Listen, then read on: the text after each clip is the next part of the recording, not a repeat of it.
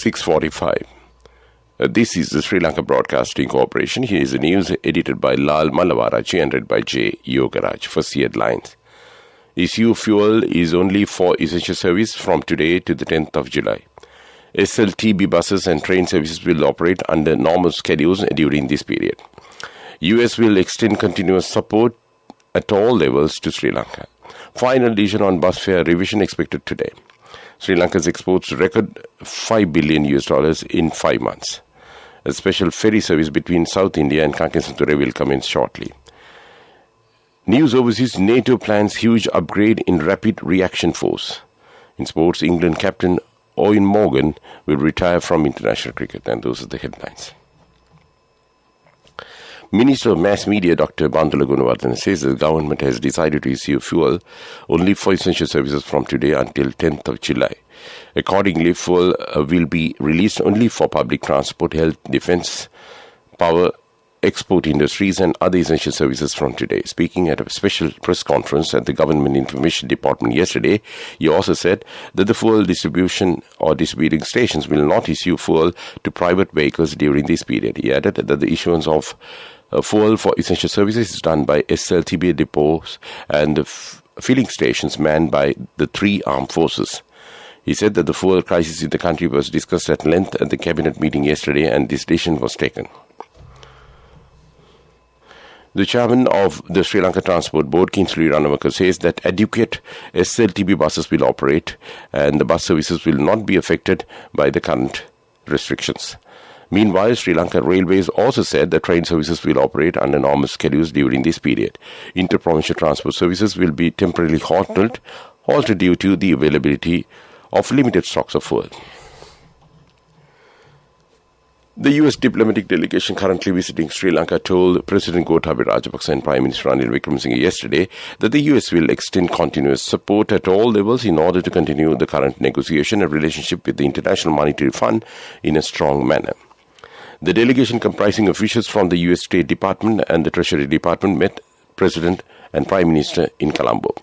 President Rajapaksa commended the delegation for their visit to Sri Lanka and briefed them on the current economic crisis in the country, social difficulties and the progress of discussions with the International Monetary Fund. The US delegation told the President that President Joe Biden is very interested about the future well-being of Sri Lanka. They said that the US President had instructed them to extend all possible assistance to Sri Lanka. This news comes to you from Sri Lanka Broadcasting Corporation. A final decision is expected to be reached today regarding bus fares to be implemented from the 1st of July. The bus operators' trade union stated yesterday that the bus fares should be increased in line with the increase in fuel prices. Director General of the National Transport Commission, Dr. Nilan Miranda, said a final decision on the revision of the bus fares will be taken after a discussion with the Minister of Transport tomorrow. He stated that the revision in bus fares will be implemented on the 1st of July each year and that the National Transport Commission is currently making calculations on this under 12 factors. He stated that due to the recent increase in fuel prices, there have been calls for a fare revision and a meeting in this regard will be held today between the Minister of Transport and the representatives of the relevant association.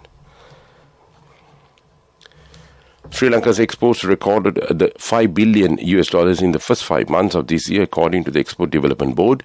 Earnings from the merchandise exports increased by 9.9% on the year-on-year basis to $980.2 million in May 2022, as per the data released by the Sri Lanka Customs. And this was mainly due to the increase in earnings from the export of apparel and textiles, coconut-based products and electrical and electronic components. Major product sectors except spices and concentrates, tea and rubber-based products, apparel and textiles, coconut-based products, electrical and electronic components, and food and beverages. A special ferry service between South India and Kankesanture will commence shortly. Minister Douglas Devananda said the cabinet has given approval for this request. Accordingly, the first journey with passengers will commence on the 1st of next month. The ferry service was suspended for some time due to various logistic reasons. And that's local news. The main news story is brought to you by Siddhalepa Vedamahatmya.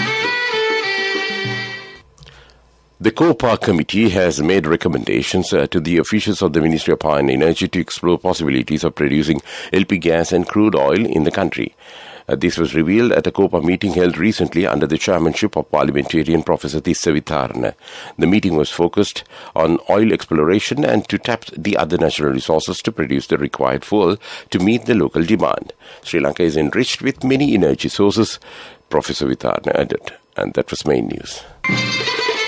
The main news story was brought to you by Siddhalepa Vedamahatmya. Moving on to Watchlight, the governor of the central bank has agreed to pay the outstanding payments due to the relevant companies for procuring fuel with a plan. President Gotabaya Rajapaksa instructed the officials to take immediate action to import fuel using the funds available in hand. And that was Watchlight. And moving on to world news headlines, NATO plans huge upgrade in rapid reaction force.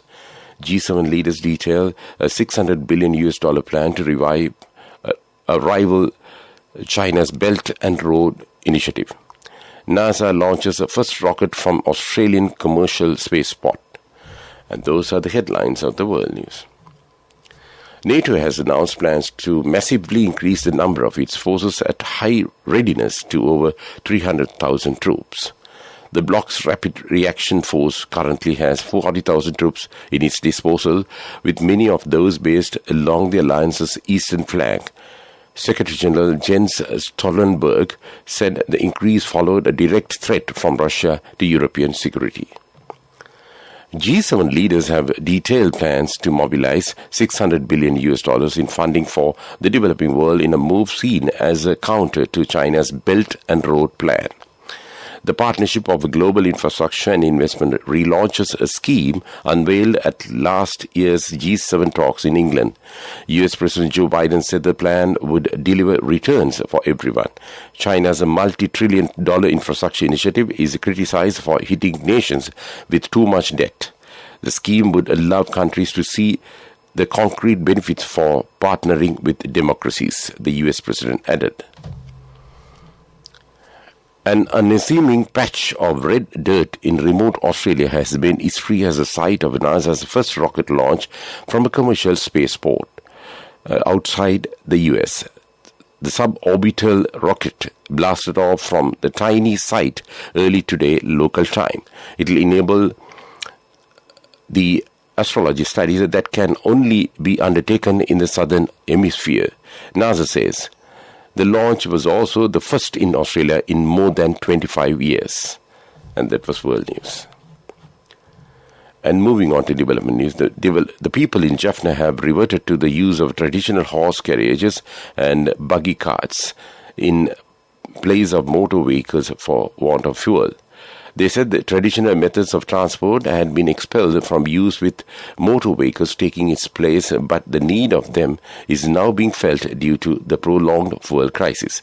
Several well-organized horse carriage services are now operating in Jaffna district. And that was development news. Sports news is brought to you by Sampath Bank. We present your future. Eoin Morgan is expected to step down as England's white ball captain and retire from international cricket today after 7.5 years in charge. Morgan was appointed in 2014 and has spearheaded England's revolution in limited overs cricket, transforming the one-day sides and leading them to their first World Cup in 2019, but his form and fitness have left him considering his future.